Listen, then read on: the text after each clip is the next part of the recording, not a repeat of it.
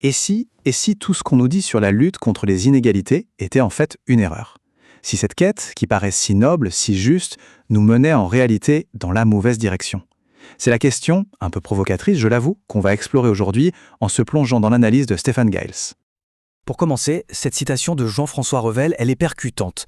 Elle suggère qu'on aurait une haine à géométrie variable des inégalités. On détesterait celles des autres, mais celles qui sont validées par l'État, celles qui nous arrangent peut-être, là, ça passe. Ça met tout de suite les pieds dans le plat et ça nous oblige d'entrée de jeu à réfléchir un peu différemment. D'abord, partons de ce qui semble être une évidence aujourd'hui. C'est l'idée ambiante, le consensus quasi général. Pour une société meilleure, plus juste, il faut absolument réduire les inégalités. C'est devenu une sorte de dogme moral, une chose qu'on ne questionne presque plus. Sauf que c'est justement là que l'analyse prend un virage à 180 degrés. Elle pose une question brutale. Et si on faisait complètement fausse route? Et si cette obsession pour l'égalité nous faisait passer à côté de l'essentiel? Pire, si elle nous appauvrissait tous? Alors, si ce n'est pas l'égalité, quel serait le vrai moteur de la richesse? Eh bien, la thèse est à contre-courant. Le moteur, ce ne serait pas l'égalité, mais tout son contraire, la différence. L'idée centrale, c'est que nos différences, loin d'être un problème à gommer, seraient en réalité la source même de notre prospérité. Pour comprendre ça, il faut revenir à un concept de base, l'échange. On imagine souvent l'économie comme un gâteau à se partager. Mais ici, l'argument est que c'est tout l'inverse. L'échange, c'est un jeu où tout le monde peut gagner. Et pourquoi? Justement parce que nous sommes différents et que nous avons donc des choses uniques à nous offrir les uns aux autres. Le mécanisme est très simple en fait. J'ai une compétence et quelqu'un d'autre a un bien dont j'ai besoin. Nos différences, nos inégalités de départ créent une opportunité parfaite pour un échange. Et à la fin, on est tous les deux plus riches qu'au début. C'est la différence qui a permis de créer de la valeur pour tout le monde. Et là, on arrive à la conclusion, qui est assez radicale. Si on pousse la logique jusqu'au bout, qu'est-ce qui se passe si on supprime toutes les différences? Eh bien, on supprime la raison même d'échanger. Plus d'échanges, plus de création de richesse. Le paradoxe, il est là. En voulant l'égalité à tout prix, on ne créerait pas une prospérité pour tous. Au contraire, on risquerait de s'enfermer dans un appauvrissement généralisé. Patrick de Cazeneuve le formule de manière encore plus directe. Pour lui, l'inégalité n'est pas un fléau, mais carrément un puissant moteur d'amélioration sociale. Vu comme ça, c'est parce que les gens sont différents, avec des ambitions et des talents différents, qu'ils innovent, qu'ils entreprennent et que la société progresse. D'accord. Maintenant, pour vraiment tester cette idée, on va faire une petite expérience de pensée. Allons jusqu'au bout du raisonnement en imaginant le scénario ultime, un monde de clones. Imaginez une seconde.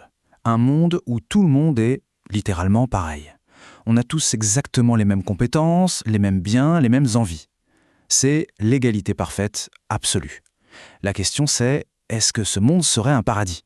Que s'y passerait-il vraiment? La comparaison est assez frappante, non? D'un côté, un monde de différence qui stimule l'échange et l'innovation. De l'autre, un monde d'uniformité totale, où personne n'a rien à offrir à son voisin. La conséquence logique, selon cette thèse, ce n'est pas la prospérité partagée, mais bien la stagnation, le surplace. Et c'est là qu'on touche au cœur du paradoxe. Dans ce monde de clones, si une personne avait une idée brillante et commençait à s'enrichir, elle briserait l'égalité. Du coup, pour maintenir une égalité parfaite, il faudrait interdire à quiconque de réussir. La seule façon de rester tous égaux serait de rester tous pauvres ensemble. L'égalité absolue au prix de la misère partagée. Allez, pour conclure cette réflexion, une dernière image, une sorte de fable qui nous invite à regarder le problème sous un angle complètement différent. Pensez à des poteaux tous de la même taille, plantés sur une plage. Quand on les regarde de loin, ceux qui sont au fond semblent beaucoup plus petits, n'est-ce pas? On a l'impression qu'ils sont inégaux. C'est un simple effet de perspective. L'auteur demande alors, et si c'était pareil pour la richesse? Si notre perception des inégalités était au fond juste une sorte d'illusion d'optique. Donc, si on résume la pensée de l'auteur, ça tient en quelques points. 1. L'inégalité tirerait la prospérité vers le haut. 2. L'égalité forcée, au contraire, la pousserait vers le bas. 3. La redistribution à outrance tuerait la motivation de créer. Et la conclusion choc numéro 4, l'humanité serait riche non pas malgré ses inégalités, mais bien grâce à elles. Et pour finir, une petite touche de Sacha Guitry qui ajoute une dimension plus psychologique.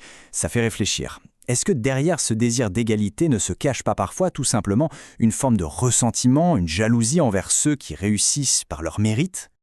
On se quitte donc sur cette question qui résume tout. L'humanité est-elle riche non pas en dépit, mais bien à cause de ces inégalités? Bien sûr, le but ici n'est pas de donner une réponse toute faite, mais plutôt de secouer un peu nos certitudes. C'est une pensée à contre-courant qui mérite au moins qu'on s'y arrête un instant pour réfléchir.